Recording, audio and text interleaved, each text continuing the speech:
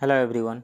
इस वीडियो में मैं वेरियस इंस्टीट्यूट जैसे दृष्टि आईएएस, परफेक्शन आईएएस, इम्तिहान और एडिटोरिया के टेस्ट सीरीज से पॉलिटी के हिंदी मीडियम के क्वेश्चंस को डिस्कस करने जा रहा हूं। इन सारे क्वेश्चंस का नेचर एस्थेटिक होने की वजह से ये सारे क्वेश्चंस आने वाले बीपीएससी 69th पीटी एग्ज़ाम के लिए भी बहुत ही ज़्यादा रेलेवेंट हैं और उस एग्ज़ाम में आप सबको सफल बनाने में बहुत ही ज़्यादा मदद करेंगे। आप इस वीडियो को लाइक कीजिए, शेयर कीजिए और यदि इस चैनल को सब्सक्राइब नहीं किए हैं तो प्लीज़ इस चैनल को सब्सक्राइब कीजिए। तो चलिए शुरू करते हैं। पॉलिटी का क्वेश्चन नंबर 1, भारत में पहली बार नगर निगम की स्थापना 1887-88 में मद्रास में हुई थी। इसके बाद 1726 में भारत का दूसरा एवं तीसरा नगर निगम कहाँ स्थापित किया गया था? तो भारत में पहले नगर निगम की स्थापना 1687-88 में मद्रास में किया गया था। इसके बाद दूसरा एवं तीसरा नगर निगम 1726 में बम्बई एवं कलकत्ता में स्थापित किया गया था। तो बम्बई एवं कलकत्ता राइट ऑप्शन सी होगा। नेक्स्ट क्वेश्चन, निम्नलिखित में से कौन सा राज्य छठी अनुसूची के अंतर्गत नहीं आता है? तो छठी अनुसूची के अंतर्गत 4 राज्य आते हैं एएमटीएम, असम, मेघालय, त्रिपुरा एवं मिजोरम। मणिपुर नहीं आता है, राइट ऑप्शन बी होगा। असम आता है, मेघालय आता है और मिजोरम आता है, त्रिपुरा आता है। नेक्स्ट क्वेश्चन, निम्नलिखित में से कौन राष्ट्रपति के प्रसाद पर्यंत पद धारण नहीं करता है?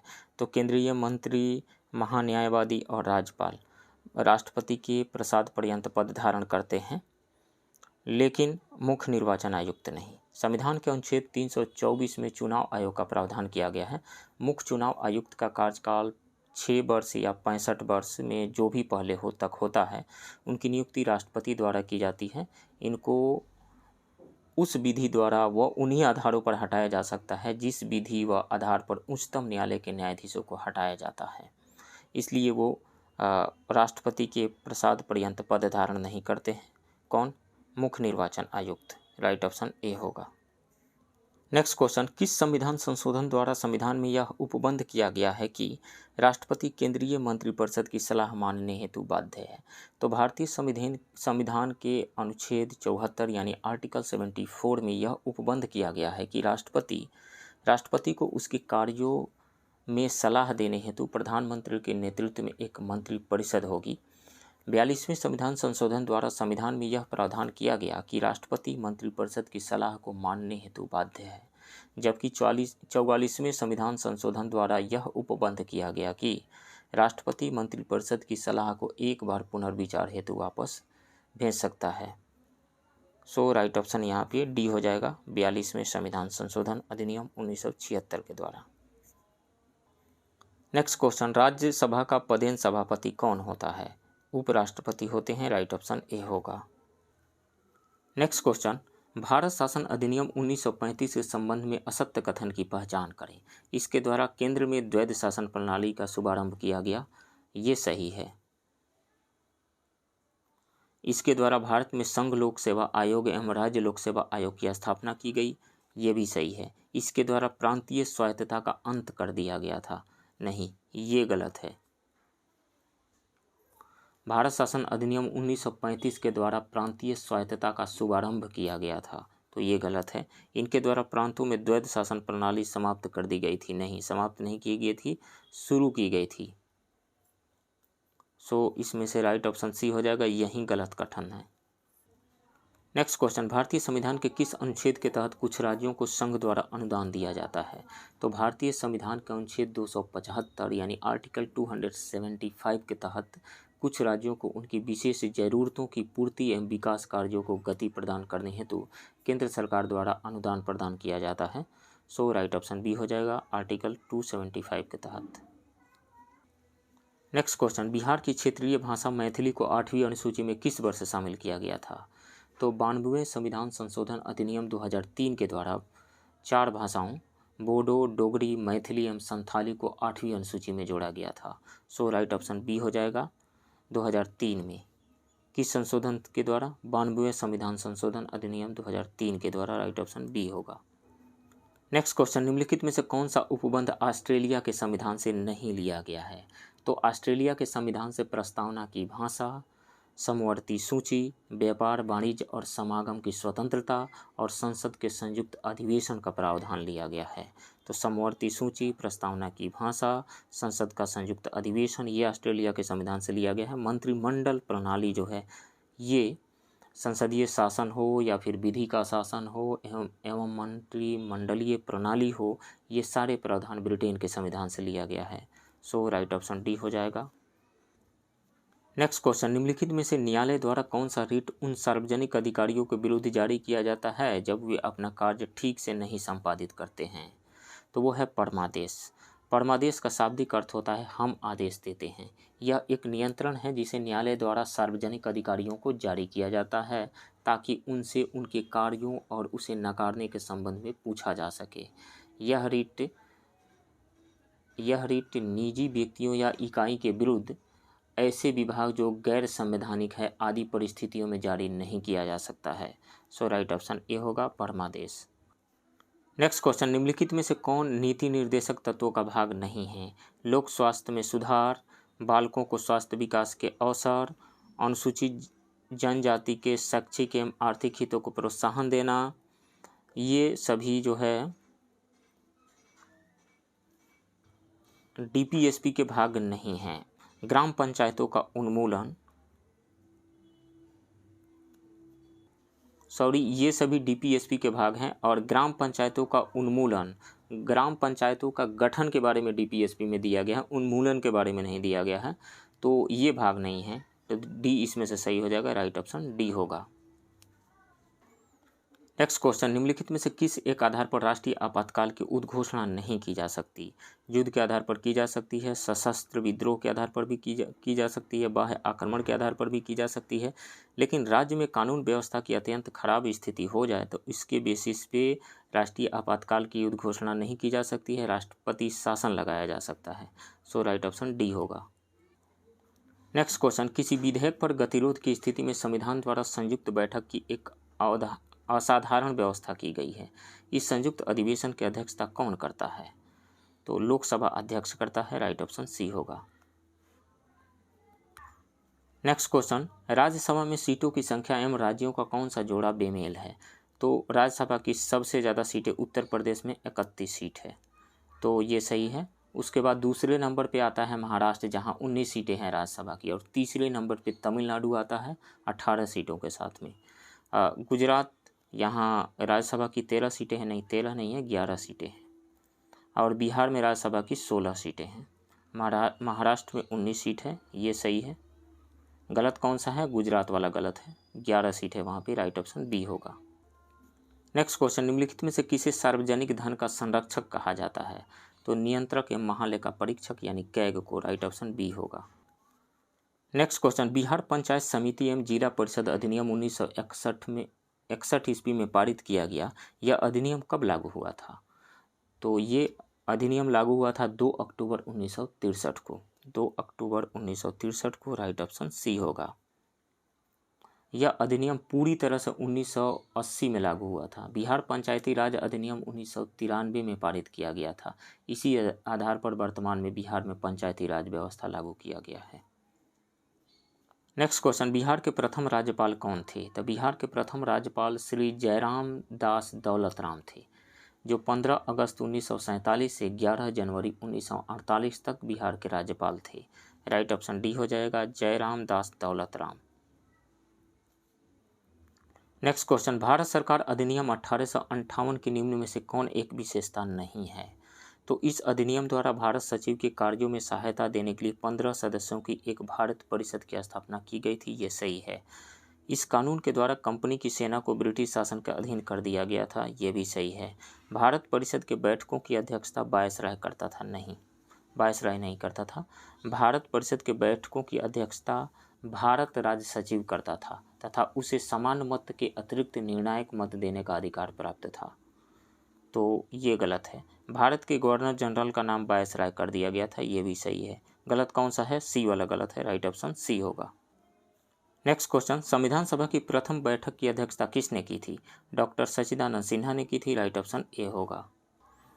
नेक्स्ट क्वेश्चन, भारतीय संविधान के किस भाग में भारत की संचित निधि एवं आकस्मिक निधि के संबंध में प्रावधान किया गया है? तो भारतीय संविधान के भाग 12 में अनुच्छेद 264 से 300 ए तक शामिल है अनुच्छेद, अनुच्छेद 264 से 267 में भारत और राज्यों की संचित निधि, लोक लेखा और आकस्मिक निधि के संबंध में प्रावधान किया गया है। वित्त आयोग के गठन का प्रावधान भी इसी भाग में है। सो राइट ऑप्शन बी हो जाएगा भाग 12 में। नेक्स्ट क्वेश्चन, निम्न में से असंगत को चुनें। 10वीं अनुसूची में दल बदल संबंधी प्रावधान है, ये सही है। 12वीं अनुसूची नगरपालिका से संबंधित है, ये सही है। प्रथम अनुसूची राज्य एवं संघ राज क्षेत्र से संबंधित है, ये सही है। तीसरी अनुसूची में वेतन भत्ता के बारे में दिया गया है, नहीं। विभिन्न संवैधानिक पदधारकों के वेतन भत्तों का उल्लेख द्वितीय अनुसूची में शामिल है, तृतीय में नहीं। तृतीय अनुसूची में क्या शामिल है? तृतीय अनुसूची में शामिल है विभिन्न संवैधानिक पदधारकों के शपथ ग्रहण। सो इसमें से ये सही सुमेलित नहीं है। सो राइट ऑप्शन डी होगा। नेक्स्ट क्वेश्चन, भारतीय संविधान के किस अनुच्छेद में विधानसभा अध्यक्ष को पद से हटाने के संबंध में प्रावधान किया गया है?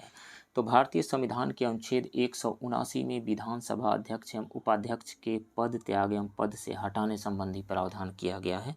सो राइट ऑप्शन बी हो जाएगा 179, अनुच्छेद 179 में। अनुच्छेद 178 में विधानसभा अध्यक्ष एवं उपाध्यक्ष के पद के बारे में प्रावधान किया गया है और विधानसभा अध्यक्ष एवं उपाध्यक्ष की शक्तियों का उल्लेख अनुच्छेद 180 में किया गया है। नेक्स्ट क्वेश्चन, निम्न कथनों पर विचार करें एवं असत्य कथन का चयन करें। स्वर्ण सिंह समिति की सिफारिशों पर मूल कर्तव्यों को संविधान में जोड़ा गया था, ये सही है। 42वें संविधान संशोधन द्वारा संविधान के अनुच्छेद 51A में 10 मूल कर्तव्यों को जोड़ा गया था, ये सही है। 86वां संविधान संशोधन 2003 में किया गया था, नहीं 2002 में किया गया था, तो ये गलत है। वर्तमान में संविधान में कुल 11 मूल कर्तव्य हैं, ये सही है। गलत कौन सा है? सी है, राइट ऑप्शन सी होगा। नेक्स्ट क्वेश्चन, राष्ट्रपति के नामांकन पत्र का प्रस्ताव कम से कम कितने मतदाताओं द्वारा किया जाना आवश्यक है? तो राष्ट्रपति की नामांकन पत्र का प्रस्ताव कम से कम 50 मतदाताओं द्वारा किया जाना चाहिए तथा कम से कम 50 मतदाताओं द्वारा उनके नामांकन पत्र का समर्थन भी किया जाना चाहिए। सो राइट ऑप्शन डी हो जाएगा 50। नेक्स्ट क्वेश्चन, मंत्रिपरिषद एवं मंत्रियों के संबंध में निम्न कथनों पर विचार करें। संघ एवं राज्य स्तर पर मंत्रिपरिषद का गठन राष्ट्रपति द्वारा किया जाता है, नहीं। संघ स्तर पर राष्ट्रपति के द्वारा और राज्य स्तर पर राज्यपाल के द्वारा किया जाता है, इसलिए ये गलत है। संघ के मंत्रियों का चयन राष्ट्रपति द्वारा किया जाता है। संघ के मंत्रियों का चयन नहीं, नियुक्ति की जाती है राष्ट्रपति के द्वारा, अपॉइंट किए जाते हैं राष्ट्रपति के द्वारा, इसलिए ये गलत है। केंद्र एवं राज्य स्तर पर मंत्रिपरिषद के सदस्यों की संख्या क्रमशः लोकसभा तथा विधानसभा की सदस्य संख्या के 15% तक सीमित कर दिया गया है, ये सही है। तो इसमें से 1 और 2 गलत है, 3 केवल सही है।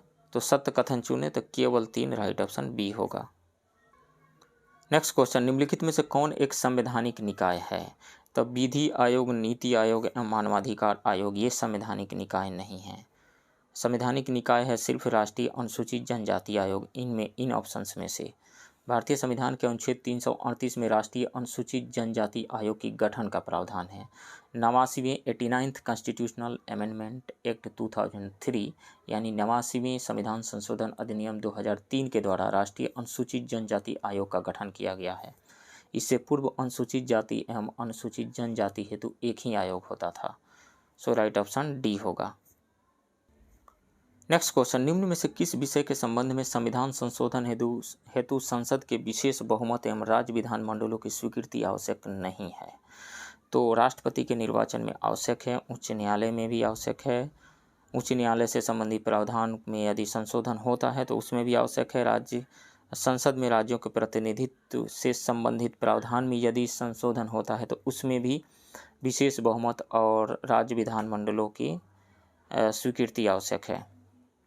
तो ये हो जाएगा। राज्य की सीमा से परिवर्तन संबंधी जो प्रावधान में यदि संशोधन करना है, जैसे नए राज्यों के निर्माण, राज्यों के क्षेत्र या सीमा या नाम से परिवर्तन, संविधान के नागरिकता संबंधी प्रावधान एवं अनुसूचित क्षेत्र एवं जनजातीय क्षेत्रों के प्रशासन संबंधी प्रावधानों में परिवर्तन हेतु संविधान में साधारण विधि द्वारा संशोधन किया जा सकता है।